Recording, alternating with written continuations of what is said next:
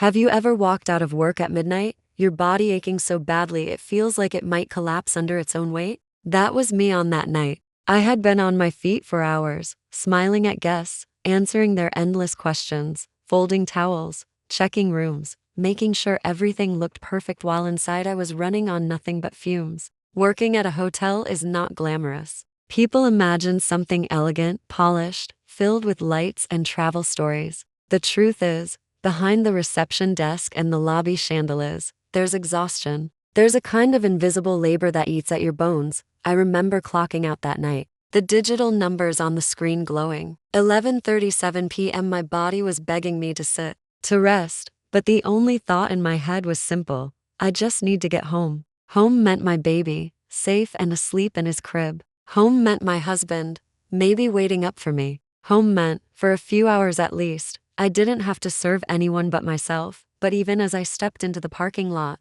I felt the weight of the week pressing down. My legs felt like lead. My head was foggy from too many nights in a row with too little sleep. I could still hear echoes of ringing phones and the chatter of guests in my ears. It was almost like the hotel didn't let me go. When I clocked out, it followed me, clinging to my skin. The parking lot was nearly empty, just a few cars scattered under the harsh white glow of overhead lights. The night air was cool, almost too cool, and I wrapped my thin jacket tighter around me. I glanced at my phone. No new messages from my husband. That wasn't unusual anymore. There had been a time, early in our marriage, when he would text me while I was at work. "How's your night going? Can't wait for you to come home." But lately, silence. It was as if we lived in separate worlds that only touched when I walked through the door. Still, I wanted to believe he'd be awake when I got home. Maybe he'd be rocking our baby back to sleep. Maybe he'd be scrolling his phone in bed, waiting for the sound of my keys. I let myself imagine it, because sometimes, when you're this tired, hope is the only thing that keeps you driving. I slid into my car, the seat cold against my back. I started the engine, and the dashboard lights flickered on like tiny stars. For a moment, I just sat there, gripping the wheel, breathing in and out. My whole body wanted to shut down, to close my eyes and sleep right there in the parking lot. But my baby was at home, and I needed to see him, to reassure myself that everything was fine. The drive home was quiet, almost eerily so. The streets were mostly empty, just an occasional car passing by. The city felt like it had fallen asleep, its chaos muted under the blanket of night. Neon signs buzzed in the distance, gas stations glowing like lonely islands. I passed rows of dark houses, each window shut tight, each family tucked safely inside.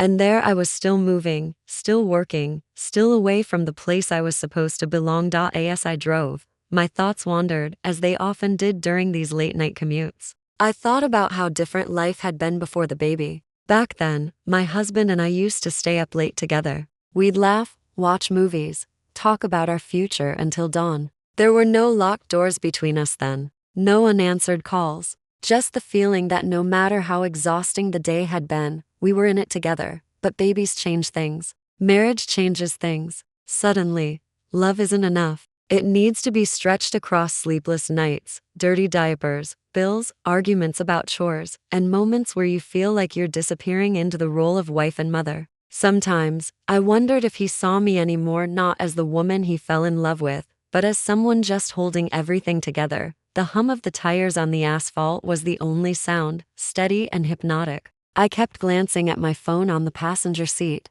hoping to see it light up with his name. Maybe he'd notice the time and send a quick, "Are you almost home?" But it stayed dark, just like the house I was driving toward. There's something strange about those empty roads at midnight. They make you feel both invisible and exposed, like the world doesn't care if you make it home or not. I passed a closed diner, its neon sign flickering weakly. Once upon a time, we might have stopped there after a late movie, sharing pancakes and coffee at 2 in the morning. That memory felt like it belonged to another life, one I wasn't sure we'd ever get back. Still, I held on to one simple picture in my mind, pulling into the driveway, seeing the porch light on, knowing someone was waiting. That was the promise of home, and I needed that promise to be true. I adjusted the rearview mirror and caught sight of my own face, pale under the harsh glow of the streetlights. I barely recognized myself anymore. Tired eyes, lips pressed tight. When was the last time I laughed without forcing it? When was the last time I felt like more than just a worker, more than just a mother holding it all together. The closer I got to the house, the heavier the silence inside the car felt. It wasn't just the end of a shift, it was the weight of everything unsaid between me and him. Every night I worked late, I wondered if he resented me for it, if he thought I was choosing the job over him, over us. But the truth was, the job wasn't a choice. It was survival. Bills didn't pay themselves. Diapers didn't magically appear. And sometimes I wanted to scream, "I'm doing this for us. Don't you see that?" But screaming takes energy. And I had none left. So I kept driving, past the shuttered shops, past the empty playground where my baby might one day run and laugh, past the life I thought I was building, straight into the reality I was about to face. When I finally turned onto our street, my heart lifted just a little. Almost home. Almost there. I slowed down as I pulled into the driveway, my headlights sweeping across the familiar outline of our house. The place that was supposed to be safety, comfort, warmth. But as soon as the engine died, a strange stillness settled over me. The porch light was off. Every window was dark. No movement inside. No sign of anyone waiting. And something inside me tightened. I told myself it was fine, he was probably asleep. The baby too. That's normal. That's reasonable. But still, a tiny voice whispered, "Why didn't he wait up? Why didn't he check?" I sat in the car for a moment longer, gripping the steering wheel, listening to the ticking sound of the cooling engine. Then I took a deep breath, grabbed my bag, and stepped out into the night. The air was colder than before. My footsteps sounded too loud on the driveway. And for the first time that night, I wondered not just if I'd get inside, but if I truly belonged inside at all. The road stretched out in front of me, endless and empty. Midnight roads have their own kind of silence, a silence that feels heavy, pressing against the windows of the car. It's not peaceful silence, not the kind that calms you. It's the kind that makes every thought in your head echo louder, bouncing around until you can't escape them. The hum of the engine was steady, almost hypnotic, and I let my mind wander in the way it always did on these late-night drives. This was the only time of day I was completely alone, no guests demanding things from me, no baby crying for me, no husband with his quiet, unreadable face. Just me and the dark road. But being alone didn't mean I felt free. It meant the opposite. It meant my thoughts had no distractions, no barriers, and they rushed in like waves. And that night, every wave carried the same question.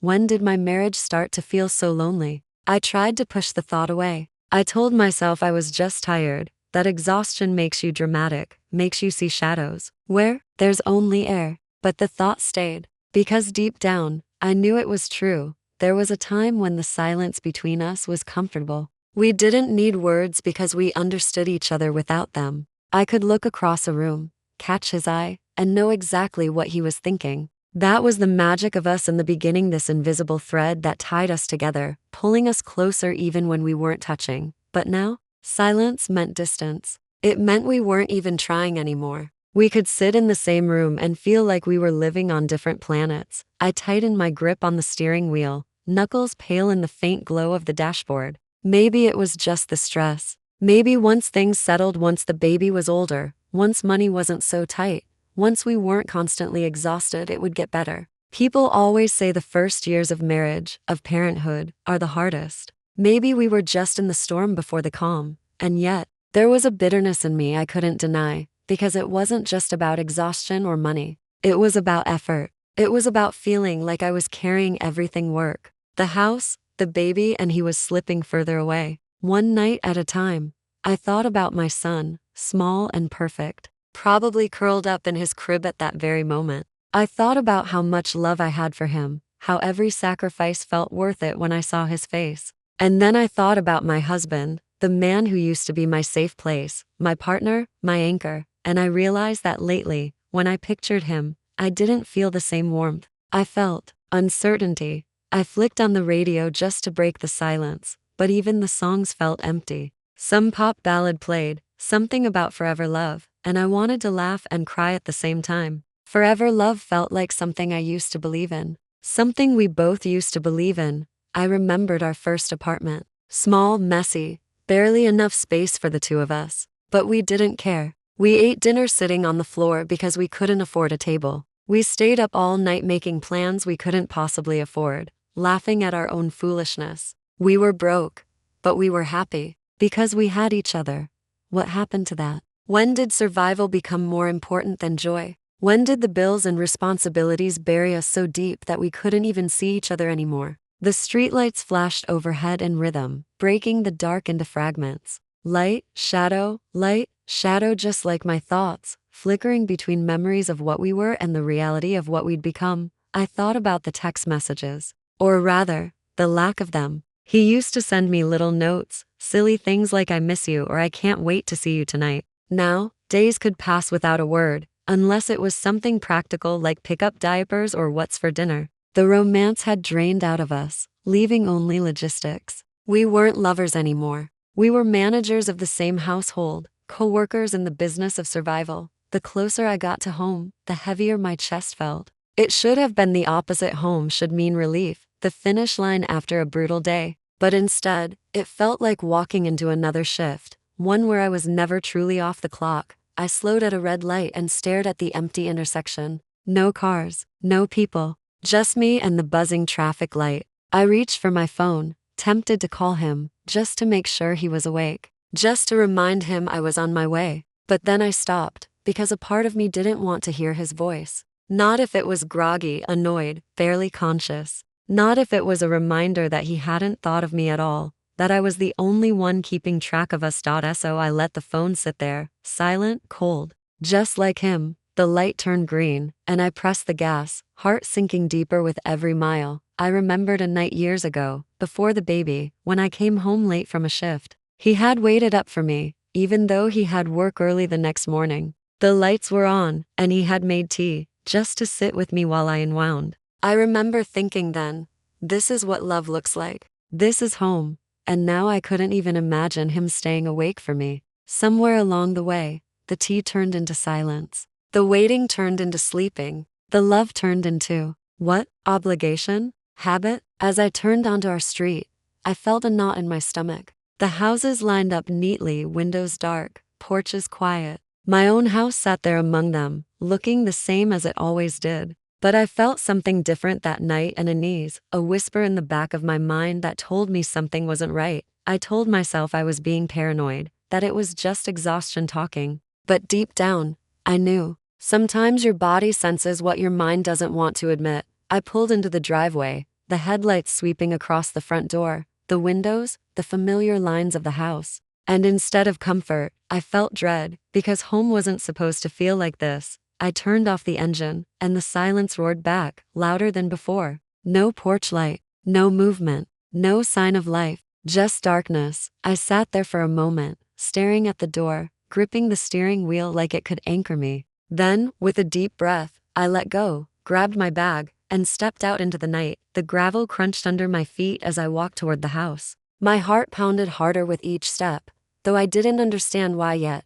I reached the front door, pulled out my hand instinctively, ready to push it open, ready to finally be home. But the handle didn't turn. It was locked, and that was the moment everything began to unravel. The sound of the lock not turning was sharper than I expected. A tiny metallic click that echoed louder in my head than the quiet street around me. At first, I thought maybe I had grabbed the wrong key. Maybe my tired hands weren't working right. But the truth came quickly, undeniable and cold. The door was locked, and I didn't have my key. I froze, my hand still on the handle, staring at the door as if staring could make it open. This was my home, my house, my family inside. I wasn't supposed to be standing out here like some stranger. I knocked softly at first, almost embarrassed, even though there was no one to see me. The sound was swallowed by the night, dull and hollow against the wood. No response. I knocked again, louder this time. "Hey, it's me," I whispered, as if the words could slip through the cracks and wake him gently. Still nothing. The silence pressed in, heavier now. My chest tightened. I pulled out my phone and unlocked it with shaking fingers. I dialed his number, pressing it to my ear, praying to hear the familiar buzz of the line connecting. It rang once, twice, 3 times, 4, straight to voicemail. I hung up and tried again. Same result. The street around me was dead quiet. No cars passed, no footsteps echoed. Just the cold night air and me, standing outside the house I was supposed to belong to. I tried the door again, jiggling the handle like maybe it would magically give way. But it didn't. The lock held, firm and unyielding, as if it was keeping me out on purpose. A wave of panic rushed over me. What if something had happened inside? What if he wasn't answering because something was wrong? My mind leapt to dark places. The baby crying, him passed out, an accident I couldn't imagine. I pressed my forehead against the door, listening hard, straining for any sound, a creak, a cry, a footstep, but there was nothing. Just silence. Oh, I stepped back and looked up at the windows. All dark. No flicker of a lamp. No shadow moving behind the glass. It was as if the house itself was asleep, indifferent to me. Standing there on the porch, I felt ridiculous.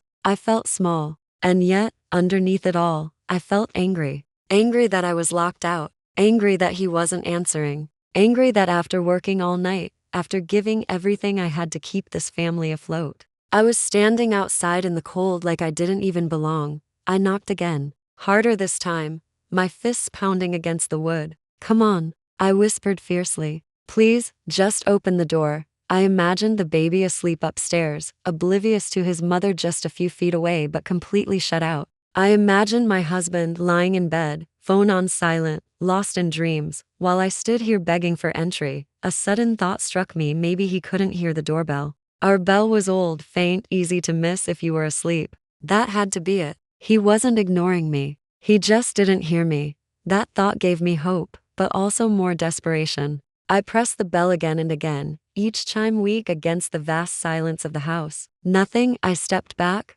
wrapping my arms around myself against the cold. The porch felt like a stage, and I was the only actor, performing a tragedy for no audience. My phone buzzed suddenly, and I grabbed it like a lifeline. But it wasn't him, just a random notification. I wanted to scream. I typed a message anyway. I'm outside. The door is locked. Please, wake up. Sent. Watch the screen. No reply. Minutes dragged on, each one heavier than the last. I felt my exhaustion deepening, pressing me down. My body ached to sit, to collapse, to rest. But I couldn't not hear. Not like this. I thought about the back door. Maybe that was open. But that would mean climbing over the fence, stumbling through the yard, trying not to wake the neighbors, like some intruder breaking into her own house. The idea made me hesitate. I didn't want to sneak into my own home. I wanted to be let in. I wanted him to open the door and welcome me, to remind me I wasn't invisible.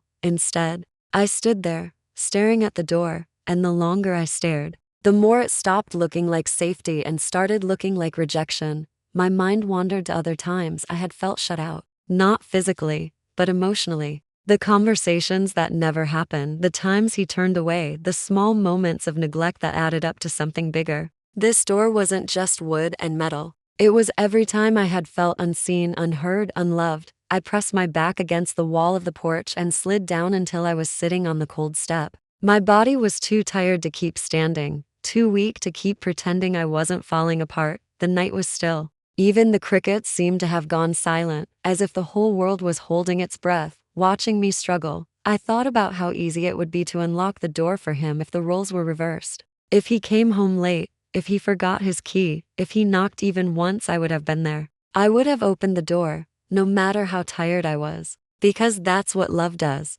It notices. It cares. But here I was, unnoticed, uncared for. I looked at my phone again. Nothing. Just the dark screen reflecting my tired face back at me.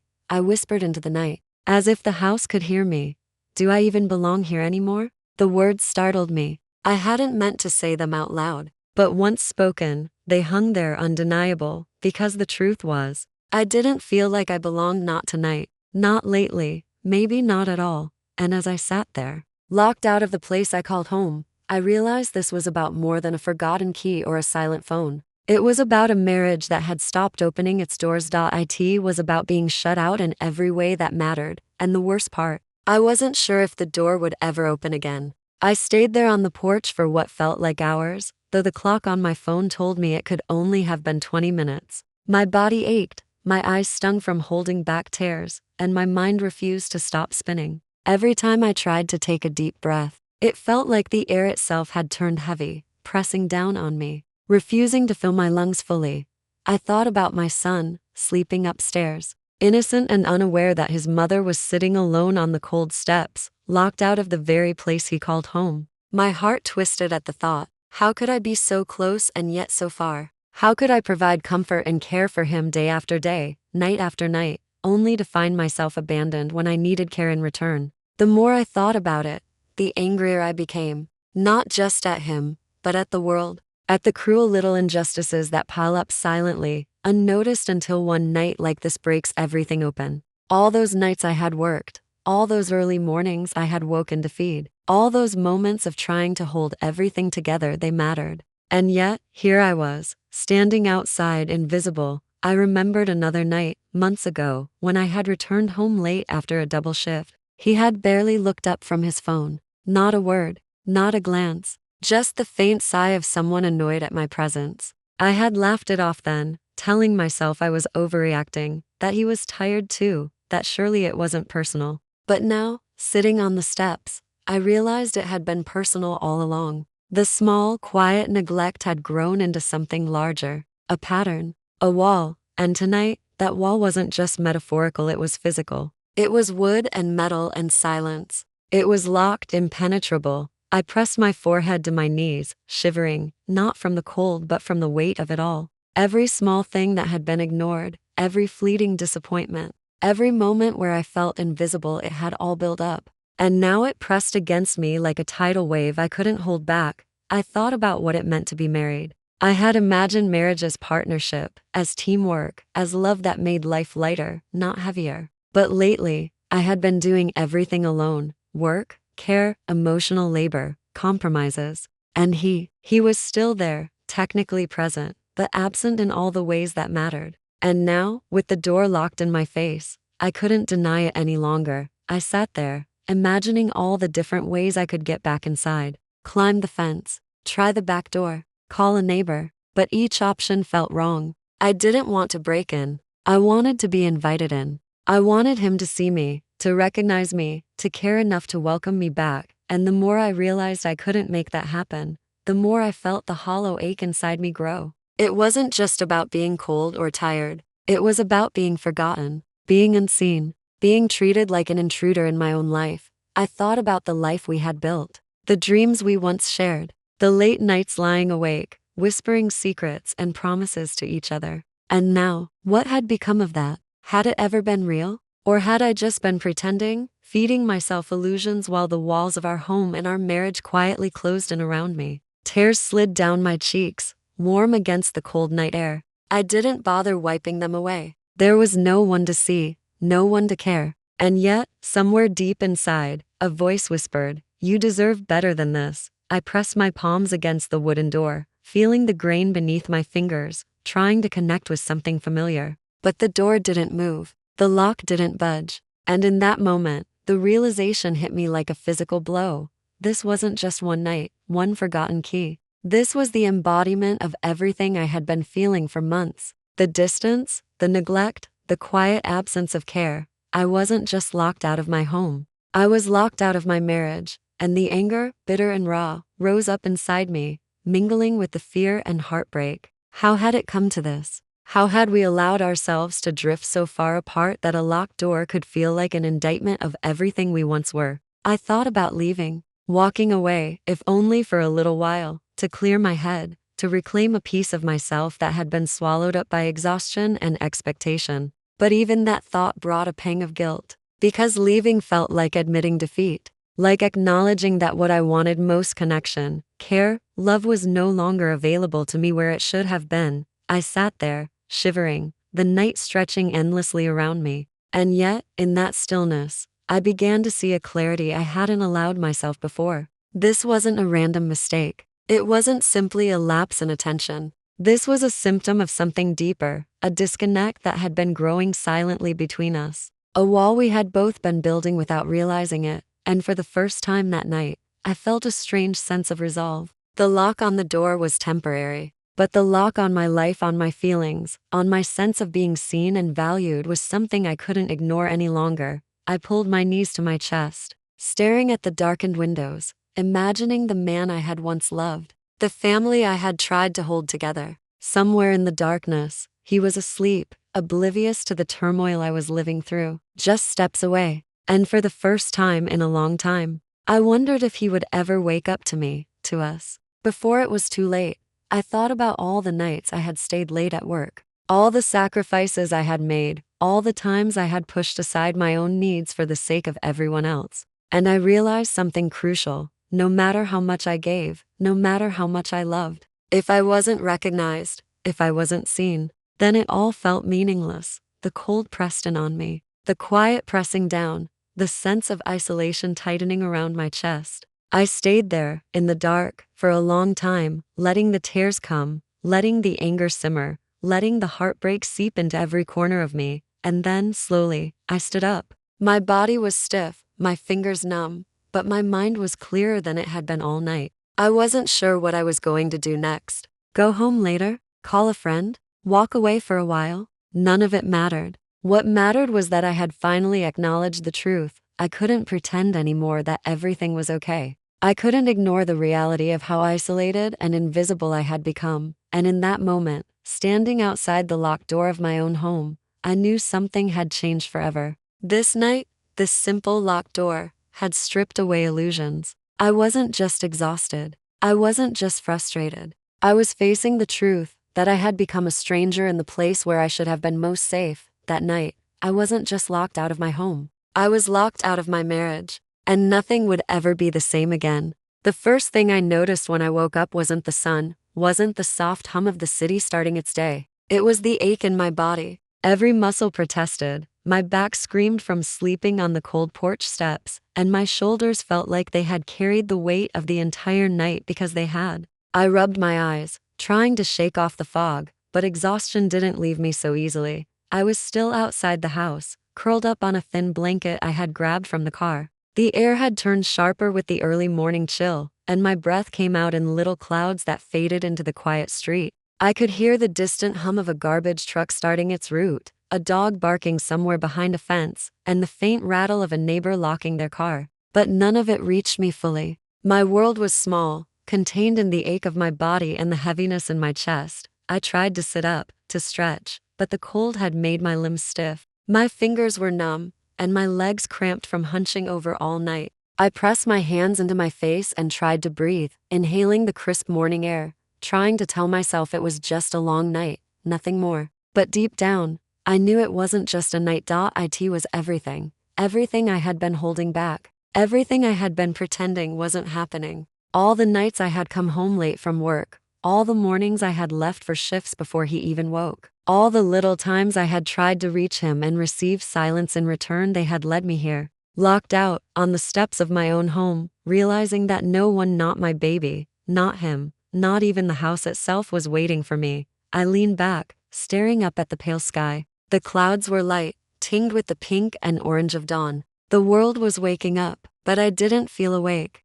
I felt like I had been running through some endless dream, and now that it was morning, I wasn't sure if I wanted to step back into reality. My phone vibrated in my pocket, pulling me back reluctantly. I pulled it out and saw several missed calls from him. My chest tightened. Part of me wanted to ignore them, to sit in the quiet of my isolation a little longer. But another part, perhaps the part that still hoped, tapped the green button, answering before I could think better of it. "Where are you?" His voice was groggy, sharp with the remnants of sleep. I was locked out," I said quietly, my voice cracking despite my best effort to sound calm. There was a pause, and I could hear him shifting on the other end. "What do you mean locked out? Why didn't you call me?" "I did," I whispered. "I called, I texted, I waited outside. I didn't know what else to do.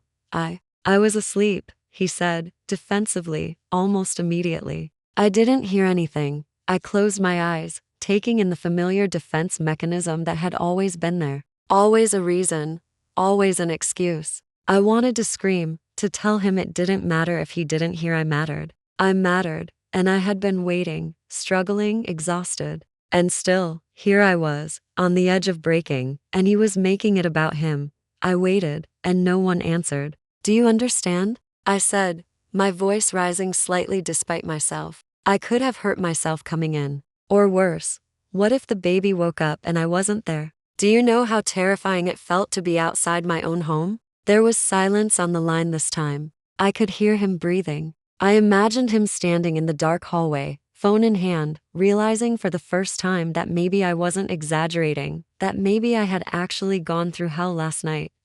I'm sorry, he finally said, but it was soft, almost unsure. The word felt hollow in my ears. Sorry for being asleep, not sorry for leaving me outside. I dropped the phone onto my lap, staring at it as if it could answer all the questions I had. But it couldn't. It never could. I wrapped the thin blanket tighter around me and leaned back, letting the exhaustion take over for a moment. I remembered how I had felt yesterday on the drive home, alone with my thoughts, hoping, imagining him waiting. Every memory of hope now felt like a cruel joke. The street was waking up. I could see joggers running in the distance, cars passing by, neighbors walking dogs, sipping coffee. And I realized something that hit me harder than the cold on my skin. Everyone else had a home to go to. Everyone else belonged somewhere. And I wasn't sure I did. The sun rose a little higher, spilling golden light across the pavement. I thought about climbing the fence, about walking around back, about finally letting myself in without waiting for an invitation.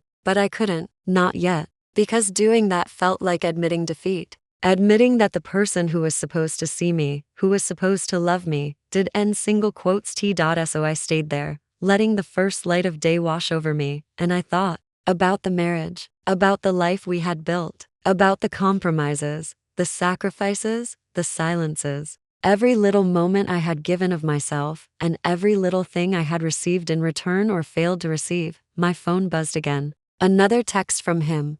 Where are you? I'm worried.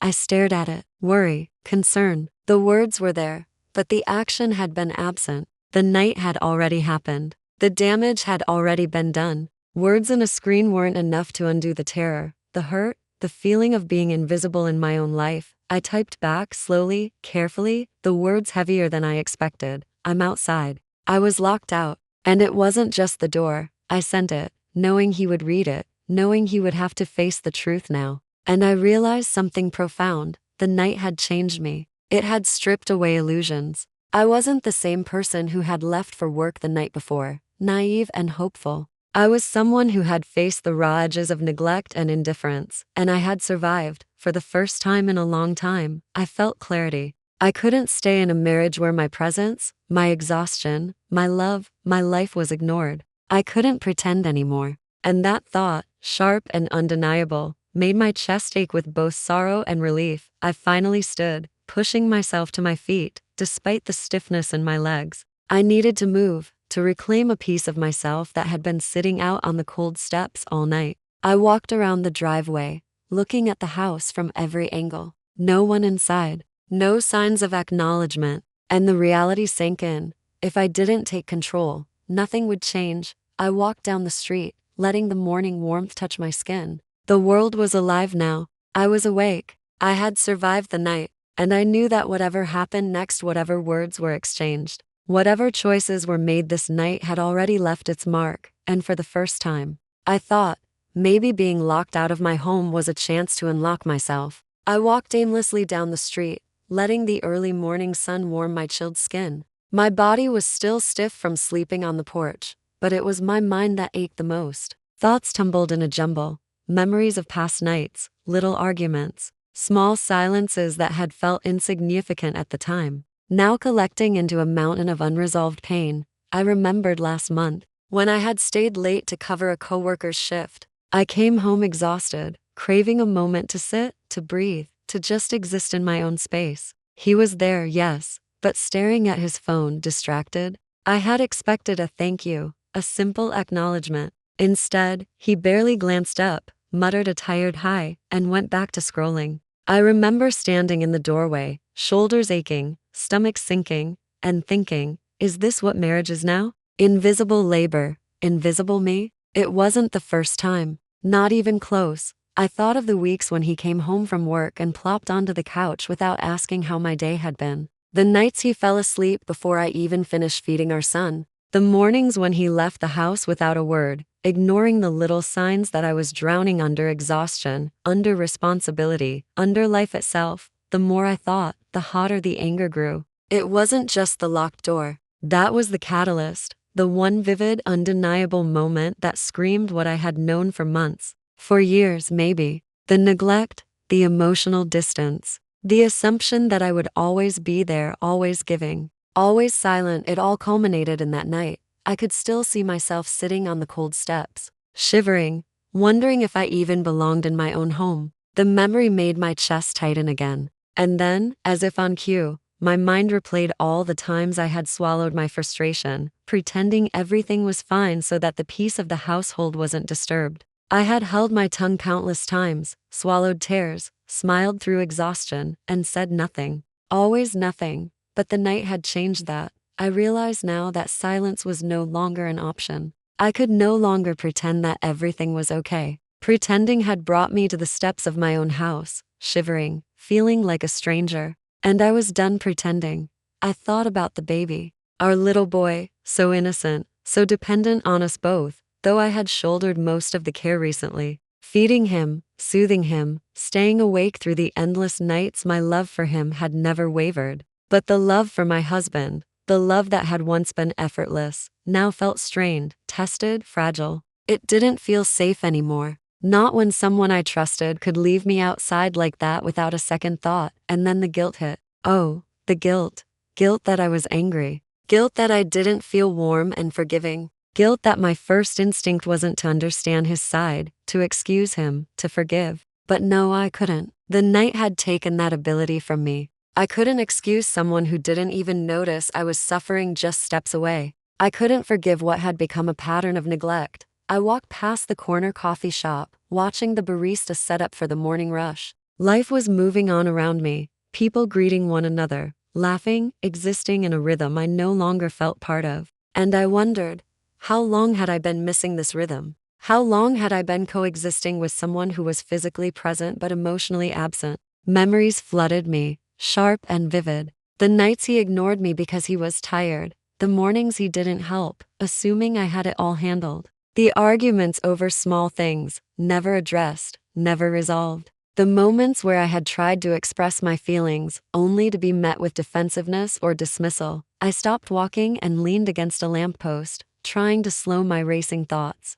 Every memory was a reminder that I had not been living fully in this marriage. I had been surviving, enduring, waiting, hoping, always hoping that one day, he would notice, that one day, he would care enough to meet me halfway. But the night outside the locked door had proven what I already feared. He hadn't noticed. He hadn't cared. And maybe, deep down, he never would. The anger burned hotter now, mingled with a sadness that threatened to overwhelm me. I had loved him deeply, believed in us, believed in the family we were building. But love without acknowledgement, without respect, without care, was a hollow thing. It was not enough. It never had been. I thought about all the sacrifices I had made, late nights, extra shifts, sleepless hours, emotional labor, and how little they had been seen. I realized that my exhaustion wasn't just physical. It was emotional. It was the slow erosion of my self-worth, chipped away by neglect and indifference. I clenched my fists, imagining the confrontation that was coming. I didn't want to yell. I didn't want to fight. But I knew that if I stayed silent, if I let this go, the next night, the next week, the next year would be the same. The silence, the distance, the absence, they would continue. I remembered a small argument from a few months ago. I had tried to tell him how I felt, how tired I was, how much I needed him to see me, to help, to participate in the life we were supposed to share. He had rolled his eyes, told me I was overreacting, and walked away. At the time, I had swallowed my frustration, telling myself it wasn't worth it. Now, that memory burned. I wasn't overreacting. I had been screaming silently, and no one had heard me. I walked a few more blocks, letting the sun warm my face, letting the world around me continue as it always did. I imagined telling him everything: the locked door, the fear, the sense of invisibility, the exhaustion, the hurt. I imagined watching his face, hoping for recognition, hoping for remorse, hoping for care. But I also knew something terrifying, that he might not respond the way I needed. That he might minimize, excuse, blame, or dismiss. That he might continue to be the man who was physically present but emotionally absent. And the thought scared me more than any night on the porch had. I stopped in front of a small park, the swings creaking gently in the morning breeze. I sat on a bench and let my thoughts settle for a moment, though they didn't fully. I thought about the life I wanted, not the life I was surviving, but the life I deserved. Recognition, care, partnership, love that was mutual, not one-sided. A husband who saw me, truly saw me, and acted on it. I realized that if things didn't change, I couldn't continue like this. The night had been a warning, a mirror reflecting the truth I had been avoiding. I had choices now, and I had to act. Tears pricked my eyes again, but this time they felt like a release rather than a defeat. I had carried so much for so long, and now some of it was spilling out. I didn't feel weak. I felt alive, alert, aware. For the first time in months, I felt that my feelings mattered, that my needs mattered. I reached for my phone again. This time, I was calm, deliberate. I typed a message I knew would change the tone of our relationship, whether for better or worse. We need to talk. Not about the door, about us, about everything. I hesitated only a moment before sending it. There was no turning back now. I had acknowledged my pain, named my exhaustion, and set a boundary. And as I sat there, watching the morning life of the city continue around me, I realized something profound. I wasn't just recovering from the night. I was awakening from a long, painful slumber, one that had kept me blind to my own needs for far too long, and I knew, with absolute certainty, that whatever happened next, however he responded, however the conversation went, I would no longer be invisible. By the time I stepped back into the house, the air felt different, heavier. The familiar walls that had once given me comfort now seemed to loom over me, holding every memory of neglect, every silence, every small dismissal. I wasn't walking into the warmth of home. I was walking into a battlefield I hadn't yet fully mapped, and the first skirmish was about to begin. He was in the kitchen when I arrived, coffee in hand, shirt half tucked, hair mussed from sleep. He glanced at me, a mixture of confusion and annoyance in his eyes. Finally, he said, a tone that sounded like relief on the surface but carried irritation underneath. I took a deep breath, steadying myself. "We need to talk," I said firmly, though my voice trembled slightly. "Now." He raised an eyebrow, the faintest smirk forming. "About what?" I felt my chest tighten. Of course, I thought. Deflection, avoidance, minimizing, just like always. "About last night," I said, my voice rising a notch. "About how I was outside your house, locked out, alone, exhausted, terrified. About how you didn't answer my calls, didn't notice, didn't care. About us, about this marriage, and how long it's been like this." His smirk faltered, replaced by defensiveness. I was asleep. I didn't hear anything. "You could have called again or again." I called multiple times. I interrupted, voice sharper now. I texted. I knocked. I waited. And I still ended up outside in the cold, alone, wondering if I even belonged in my own home. He ran a hand through his hair, frustrated. "You're overreacting. It's one night."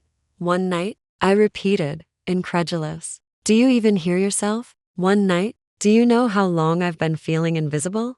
How long I've been shouldering everything while you just exist here, pretending everything's fine?" He leaned against the counter, arms crossed, a defensive wall I had seen too many times. "I do my part. I work. I pay bills. I take care of our son. Yes, you do the basics." I snapped. "Congratulations. But that doesn't mean you see me. That doesn't mean you care about me. About how exhausted I am. About the weight I carry every day." He looked at me, startled now, maybe finally realizing the depth of my anger. I didn't know you felt like this," he said slowly, almost softly. I laughed bitterly, shaking my head. "You didn't know? Or you didn't care?" The words cut through the air like knives. "I've tried telling you. I've tried showing you. I've tried to ask for help without making you feel attacked. And still, nothing changes. You sleep through it.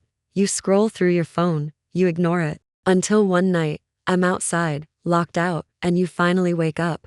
And do you know what that feels like? To be shut out in every possible way from the person you trusted most?" He opened his mouth, then closed it again. Silence. The kind of heavy, suffocating silence that presses down on a room. That makes every word hang in the air like smoke. "I'm tired," I said finally, my voice softer now, but still firm. "I'm tired of pretending. I'm tired of being invisible. I'm tired of giving everything and getting nothing in return. I'm exhausted, emotionally, physically, spiritually. And I don't know how much longer I can keep doing this without breaking." He looked at me, vulnerability finally peeking through the defenses. I didn't realize it was that bad," he said quietly. I thought you were coping. Coping? I echoed, incredulous. Coping is sitting outside your house at midnight, shaking from cold and fear, wondering if anyone cares enough to notice your suffering. Coping is pretending I'm fine while I'm crumbling inside. He took a step closer, his voice lower now, almost pleading. I didn't mean to hurt you. I know you didn't mean to, I said, a part of me softening, but intention isn't enough anymore. I need action. I need recognition. I need you to see me before the next night ends, with me outside, broken, and you still asleep. He nodded slowly, and I saw something in his eyes: regret, maybe guilt, maybe the beginnings of realization. But I also saw the hesitation, the same hesitation that had been there for years, the hesitation to confront his own failings, the hesitation to change patterns that had become comfortable. I'll try, he said finally. I'll do better. I wanted to believe him. I wanted to feel relief. But the anger, the hurt, the exhaustion, it didn't evaporate just because he spoke the words I longed to hear. Actions mattered more than words. They always had. I need more than trying, I said firmly. I need change, real change, and I need it now, not someday. Because someday has been years too long. He nodded again, silent this time. The tension between us was palpable, thick as the morning light filtering through the windows. We were both aware of the precipice we stood on, the fragile line between reconciliation and distance. I remembered the little moments, the countless nights where my feelings had been minimized, the arguments that never resolved anything, the silences that had been louder than any words. And now, after last night, after standing outside, after feeling invisible, I realized that this confrontation was about more than one incident. It was about every moment that had led to this breaking point. I don't want to be angry at you, I said softly. I don't want to fight. I need us to see each other, really see each other. Because if we can't, then I don't know how we can survive this marriage. Not like this. He took a deep breath, and for the first time, I felt a flicker of hope. Maybe he understood. Maybe this was the turning point we had been avoiding. Maybe finally, we could begin to repair the distance, the neglect, the silences that had been eroding us. But even as I felt that flicker, I knew it was fragile. Words alone wouldn't undo months or years of emotional neglect. Only time, effort, and real acknowledgement could. And I wasn't naive anymore. I knew that. So I stood there, in the kitchen of my own home, facing the man I loved, exhausted but unbroken, angry but aware, heartbroken but still capable of hope. And I knew that the night outside, the locked door, the fear and terror, it had changed everything. I wasn't a passive observer anymore. I wasn't someone who would endure silence or neglect. I was awake, aware, and ready to demand the recognition, the partnership, the love that I deserved. And in that moment, even as he stood there quietly, unsure of what to say or do next, I realized that the first confrontation was only the beginning. The real work, the real rebuilding, or the real reckoning was still ahead of us. After the confrontation, the house was quiet, almost oppressively so. The sunlight poured through the windows, spilling across the kitchen floor, but it couldn't warm the lingering tension in the air. I leaned against the counter, letting the words we had exchanged sink in. The room felt both familiar and foreign, like walking through a place I knew well but seeing it for the first time. I thought about his words. I'll do better.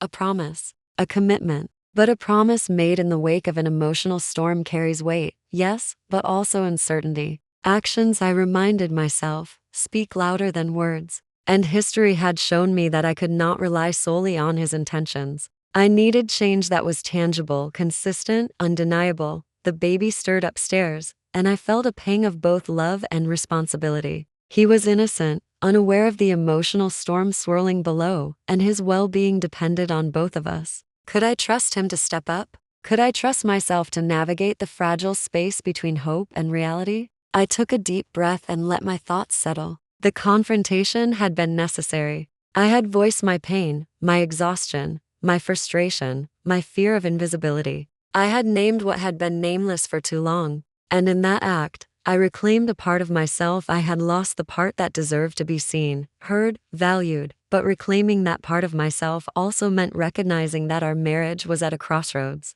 Last night, last week, last month, they were all symptoms of a deeper issue: emotional distance, neglect, lack of acknowledgement. And I could not ignore that. No matter how much I wanted to believe love alone could sustain us, I remembered the way he looked at me during our confrontation, startled, guilty, uncertain. I wondered if he truly understood the depth of my pain, or if he was simply reacting to the immediate crisis, ready to soothe the hurt without addressing its root. That thought made my stomach knot.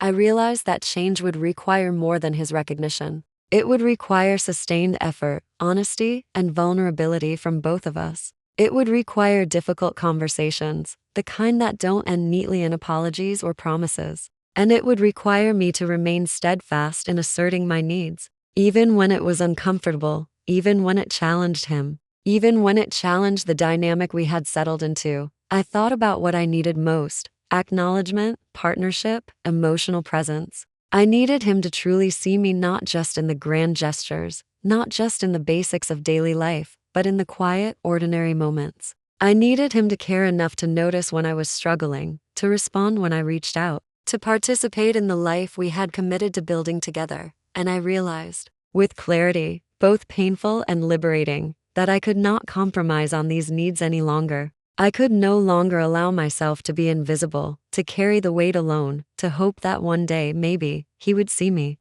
The time for hope alone had passed. Now, I needed action. I thought about the future, and for the first time in months, I allowed myself to envision it clearly. If he could meet me halfway, if he could engage, if he could recognize and honor my presence, then perhaps there was a path forward, a path that required patience, communication, and mutual effort. But if he could not, if the patterns persisted, if the distance remained, then I knew I had to make a difficult choice. A choice that prioritized my well-being, my sanity, my sense of self. A choice that acknowledged that love alone is not enough when it exists unbalanced, unreciprocated, unfulfilled. I closed my eyes and let the weight of that reality settle in. The house was silent now, the baby asleep again, the sunlight casting shadows across familiar walls. I was tired, more tired than I had ever been, but I also felt a strange strength. A strength born not from comfort or security, but from clarity and resolve. I knew that I could not undo the past, nor could I erase the hurt,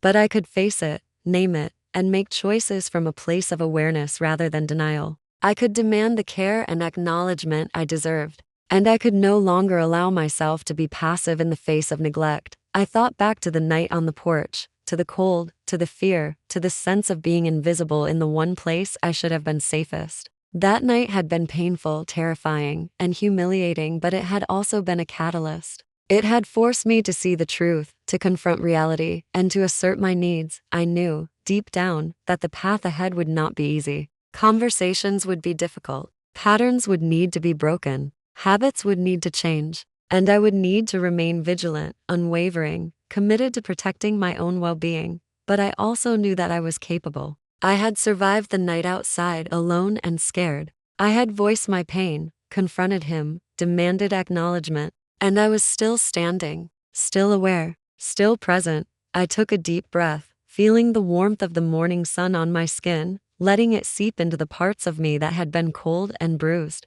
I felt a quiet determination settle in my chest. I would no longer be invisible. I would no longer compromise my needs for the sake of comfort or avoidance. I would no longer allow silence and neglect to define my life, and in that moment, I made a promise to myself. A promise to honor my own presence, my own worth, and my own needs no matter how difficult, no matter how uncomfortable, no matter how uncertain the path ahead. I didn't know what the next days would bring. I didn't know if our marriage could be repaired or if the distance was too great to bridge. But I knew this. I had reclaimed a piece of myself that had been lost for too long. I had confronted the pain, faced the neglect, and asserted my worth. And no one could take that away from me. For the first time in a long time, I felt a flicker of hope, not a naive, blind hope, but a grounded, resilient hope. A hope born from clarity, strength, and self-awareness. And as I looked around the quiet house, I realized something profound. I may have been locked out last night,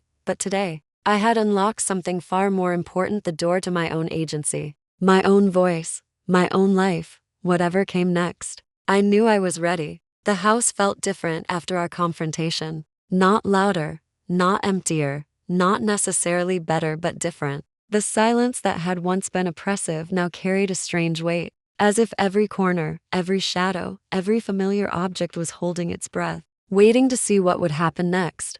I moved through the rooms, noticing details I hadn't before. The crooked picture frame in the hallway, the fingerprints on the refrigerator, the half-empty mug on the counter that he must have left before heading to work. Everything felt sharper, more real, more meaningful. For the first time in months, maybe years, I noticed not just the absence, but the presence of what had always been around me, the life we had built together. Imperfect and flawed, but real. He was quieter, more deliberate in his movements. I could see him pausing in doorways, glancing my way, a hint of awareness in his eyes. I wondered if he remembered the words I had spoken, if he truly understood the weight of that night, the fear I had felt outside our door, the sense of invisibility that had haunted me for so long. Our son crawled across the living room floor, chattering and squealing in his small, innocent way. I watched him, my heart swelling with love and anxiety. He deserved parents who were present, who were seen and seen together.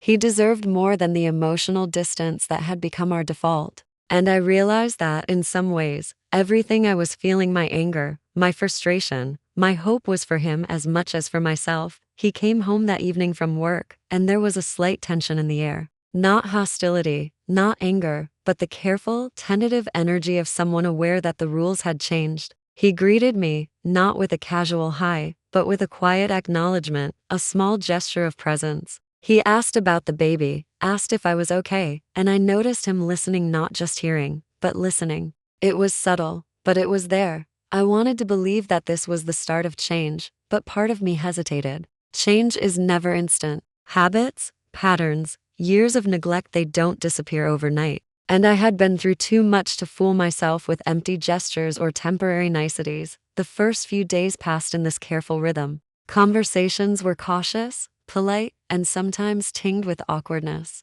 We navigated the basics of daily life: meals, childcare, work schedules, but I could feel the undercurrent of tension, the silent negotiation of boundaries, the unspoken awareness that nothing could go back to the way it had been. And yet, even in the quiet, I felt a flicker of hope. He smiled at me in small ways, helped with tasks without being asked, and for the first time, I felt that I wasn't carrying the weight alone. I felt seen, even if only a little, and it reminded me of why I had fought for this conversation in the first place. But as the days went on, subtle patterns emerged. The gestures of care, while present, were inconsistent. Sometimes he would follow through. Sometimes he would retreat into old habits, falling asleep early, ignoring messages, forgetting small but meaningful tasks. Each inconsistency sent a ripple of doubt through me, a reminder that the path to real change was steep and uncertain. I found myself reflecting constantly on what I wanted, what I needed, and what I would accept.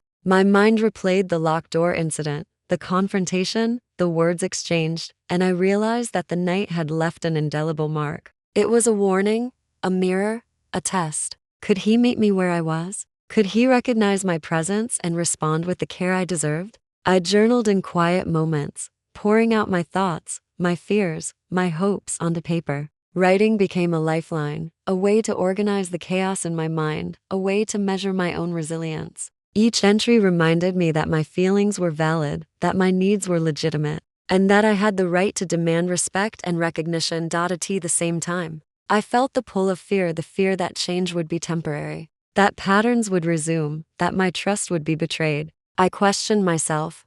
Was I expecting too much? Was I too harsh? Was I asking for something unreasonable? And each time, I reminded myself that no, I was asking for what any person deserves: acknowledgement, partnership, care, and respect. One evening, as I watched him play with our son, laughing, bending down to meet his small eyes, I felt a strange mixture of hope and caution. This was the man I loved, the father of my child, the partner I had chosen. And yet, the lessons of the past whispered warnings. Don't let hope blind you to reality. I realized that the confrontation had shifted something fundamental between us. The dynamic had changed. Silence could no longer be used to avoid accountability. Neglect could no longer be disguised as busyness. And I, for the first time in years, felt that my voice carried weight, that my presence demanded recognition, that my needs mattered. The days blurred together, a mix of progress and frustration. I watched closely, measured carefully, weighed actions against words.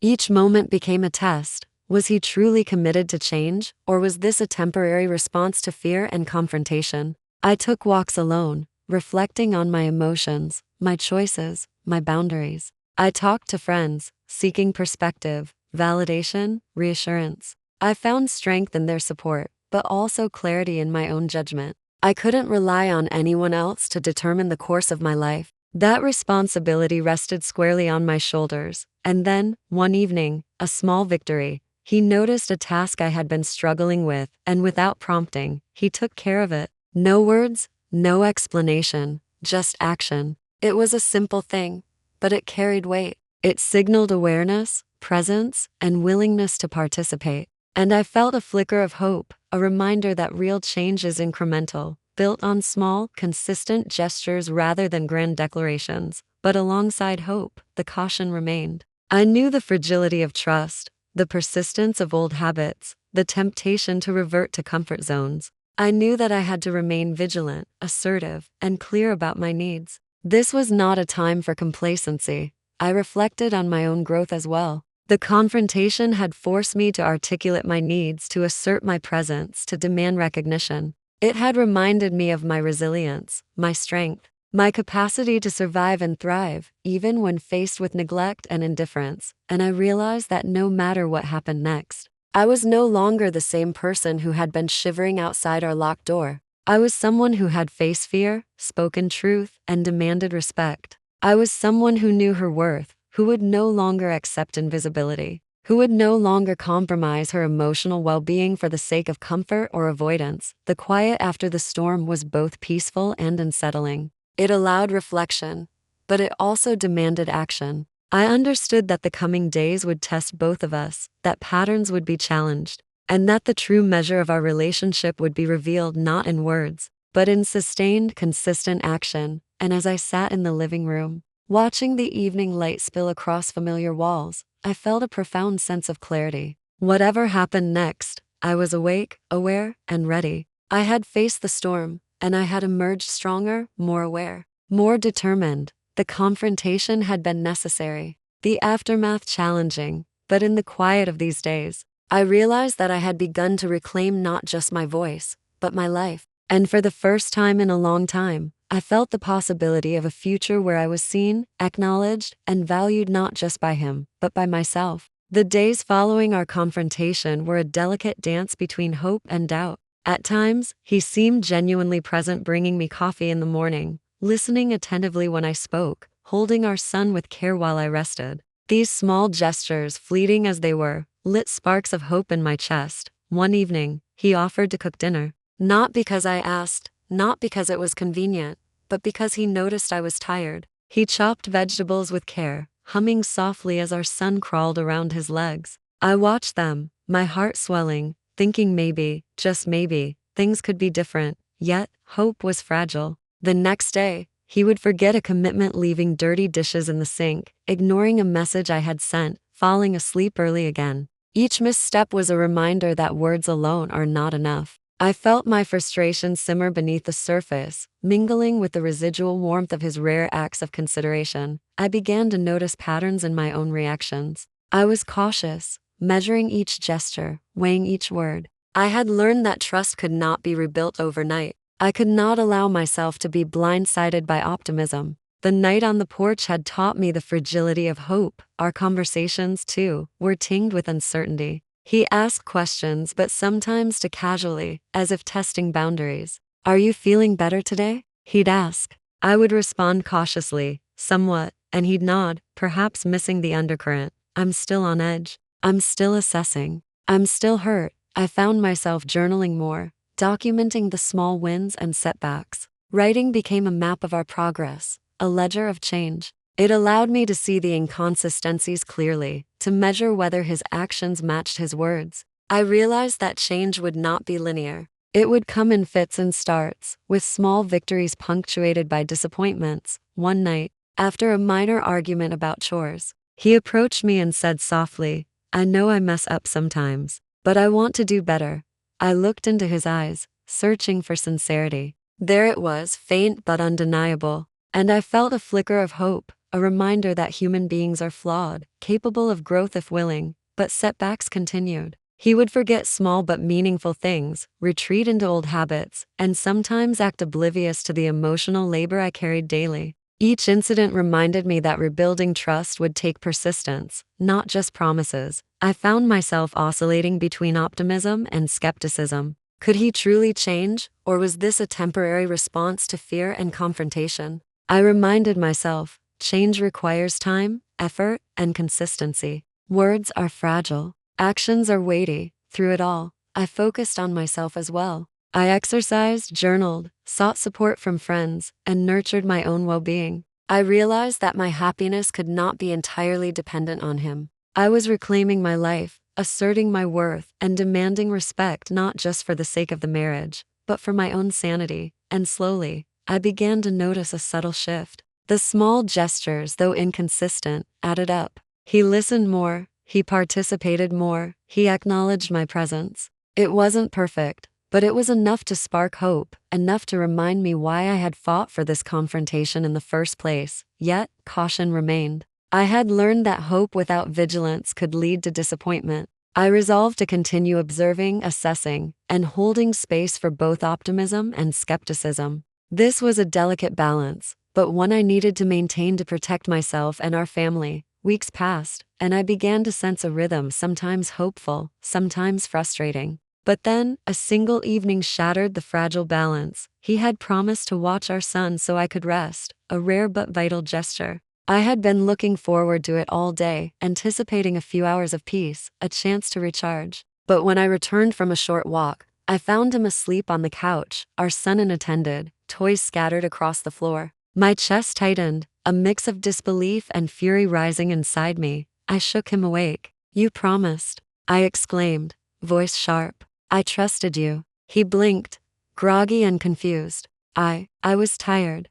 Just what?" I interrupted, anger boiling. "Just fall asleep and leave me to handle everything? Again? Just like always?" The words poured out of me, unfiltered, raw, and necessary. I recounted nights of neglect, mornings of inattention, months of invisible labor. I didn't pause. I didn't soften my voice. I spoke the truth he had avoided for years, letting the weight of my anger and hurt hang between us. He finally sat up, a mix of guilt and defensiveness in his eyes. I didn't realize it was that bad. I thought I was helping." "You thought?" I shouted. "You didn't know because you never bothered to notice. You never asked. You never cared enough to see what I was carrying every single day." Tears streamed down my face as I spoke, a release of months of frustration. I felt the full force of my exhaustion, my anger, my disappointment. And in that moment, I realized something crucial. Words without action are meaningless. Promises without follow-through are empty. This incident, painful as it was, crystallized the truth. I had hoped for change, yes, but I could no longer ignore patterns that persisted despite confrontation, dialogue, and effort. The breaking point had arrived not in a single night, but in the accumulation of neglect. In the repeated failure to act with awareness and care. I left the room briefly to collect myself, my heart pounding, my mind racing. When I returned, I found him awake, silent, the weight of his inaction hanging between us. I realized then that the next step would define the course of our relationship. Words alone would no longer suffice. I sat alone in the living room, watching the sunlight fade, letting the silence envelop me. This was the moment I had been preparing for, the moment to decide whether to continue fighting for this marriage or to reclaim my life fully. Independent of the patterns that had eroded my trust, I reflected on everything: the locked door, the nights on the porch, the months of invisible labor, the small victories, the setbacks, the breaking point. I weighed my love for him against the reality of our actions, our patterns, our willingness to see each other fully. I realized that love alone was not enough. It had never been enough. What mattered was respect, presence, acknowledgement, and mutual effort. And if those elements were not consistently present, the foundation of our relationship could not endure. I thought of our son, innocent and unaware of the complexities of adult relationships, yet profoundly affected by the environment we created. I wanted him to witness partnership, not neglect. Love, yes, but love accompanied by care, responsibility, and respect. I breathed deeply, feeling both grief and resolve. Grief for the dreams that might not materialize, for the pain endured, for the moments lost. Resolve for my own worth, my own needs, my own life. I knew that whatever decision I made would shape not only my future but also the emotional landscape of our family. I called him into the room, my voice steady. "We need to talk," I said. "This isn't just about what happened last night or last month. This is about us, about our patterns, about whether we can truly see and care for each other consistently." He nodded, his eyes somber, aware of the gravity of the moment. I continued. "I've realized something important. I cannot continue in a relationship where my presence is invisible, my needs are ignored, and my well-being is secondary. I love you. I love our family. But love alone is not enough." He listened silently, guilt and fear mingling in his expression. I could see he understood the stakes, but understanding alone would not change the past or guarantee the future. "I need to see real, consistent effort," I said. "Not just words, not just gestures when prompted. I need to see you fully present, engaged, and committed. If that can't happen, I will need to make a choice for my own well-being, for my own life." The room was quiet, the weight of my words hanging in the air. I felt both fear and relief. Fear of what the decision might entail. Relief in finally asserting my boundaries, in articulating my needs, in reclaiming agency over my life. He nodded slowly, a silent acknowledgement of the truth I had spoken. I didn't know what tomorrow would bring, whether patterns would shift, whether trust could be rebuilt. But I knew this. I was awake, aware, and ready to take whatever steps were necessary to protect myself and our family. For the first time,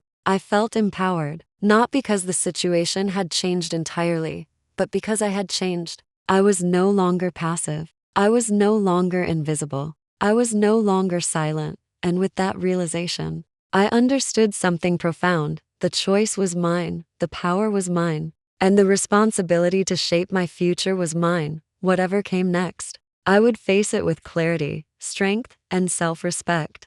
I would no longer allow fear, guilt, or hope alone to dictate my life. I would act with purpose, integrity, and unwavering commitment to my own worth. And in that quiet moment, as the evening sun cast long shadows across the room, I felt a sense of peace, not because the path ahead was easy, but because I had finally reclaimed the power to walk it on my own terms. The days after my decision were strangely liberating. There was tension, yes, but also a clarity I hadn't felt in years. For the first time, I approached my life with intention, not simply reacting to neglect or hoping he would notice me. I set boundaries, small at first, yet firm. No more shouldering everything alone. No more silences that disguised indifference. No more invisible labor. I communicated clearly. I need help. I need acknowledgement. I need partnership.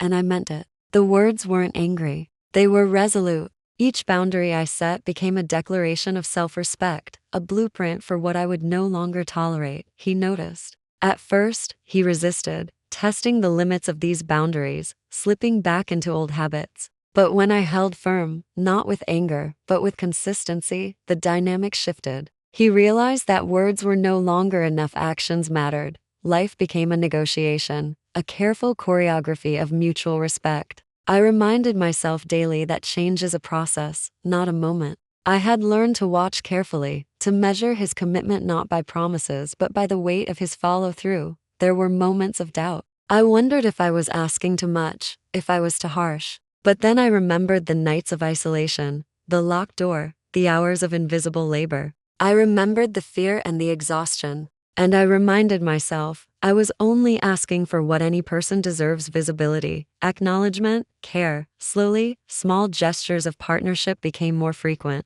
He helped without being asked, listened without distraction, engaged with our son in ways that felt present and intentional. These weren't grand gestures, but they mattered. They signaled a willingness to adapt, to meet me where I was, and to honor the life we had built together. I felt a sense of empowerment growing within me. It wasn't arrogance or control. It was grounded strength, the confidence that comes from knowing your worth and asserting it without apology. I no longer measured my value by his attention, but by my own awareness and actions. And with this empowerment came perspective. I realized that our relationship was no longer defined solely by his neglect or my endurance. It was being shaped by mutual effort, by the recognition of needs, by the willingness to change. And while the journey was far from over, the path ahead felt navigable for the first time in years. Life, of course, didn't suddenly become easy. Work pressures, sleepless nights with our son, and the ordinary chaos of daily life tested our new dynamic.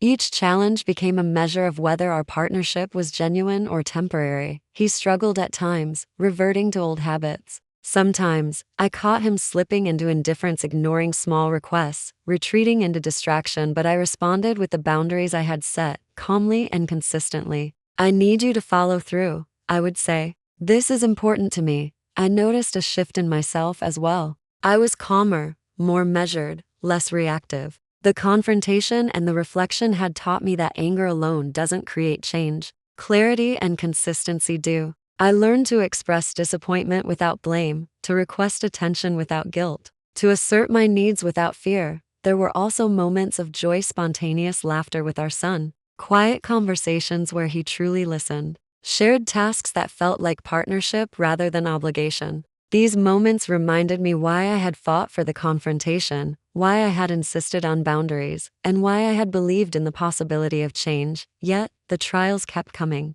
Late nights at work, missed calls, forgetfulness. Each instance was a test. Could he rise to meet the expectations we had mutually set? Could he maintain awareness, presence, and care consistently? I began to document patterns quietly and without judgment. It wasn't a ledger for criticism, it was a tool for understanding, measuring, and adjusting expectations. I learned to celebrate progress while holding space for setbacks. And in doing so, I realized that growth is rarely linear. It is a rhythm of effort, regression, learning, and adaptation. Through it all, I remained vigilant. I refused to let hope blind me to reality. I refused to let love alone mask neglect. I embraced the tension between optimism and skepticism, knowing that it was necessary to protect my emotional well-being and the stability of our family. Over the following weeks, key incidents clarified the trajectory of our relationship. One evening, I returned home from work, exhausted and tense, expecting indifference.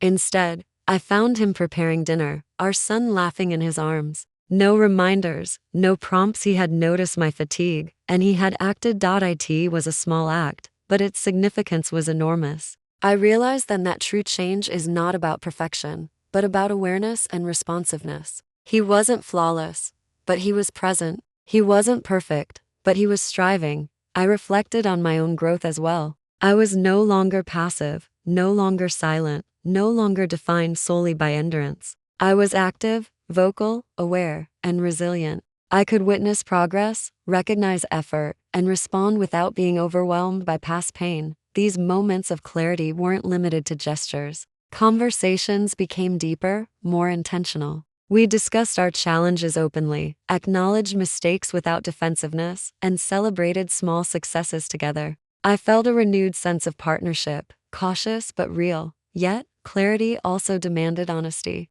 I had to acknowledge that some aspects might never change entirely. Habits formed over years don't disappear overnight. The past couldn't be erased, but the present and the future could be actively shaped. And in that shaping, I recognized my own power and responsibility. Eventually, a sense of acceptance settled over me. Not complacency, not resignation, but clarity. I understood the limits of what could be controlled, and the extent to which effort and awareness could foster growth. I realized that love, boundaries, self-respect, and partnership must coexist for a relationship to thrive. I made conscious choices about communication, about expectations, about my own well-being. I committed to supporting him in genuine effort, but I also committed to holding firm on my non-negotiables: recognition, participation, emotional presence. We continued navigating life's challenges together. There were moments of friction, moments of regression, but the foundation had shifted.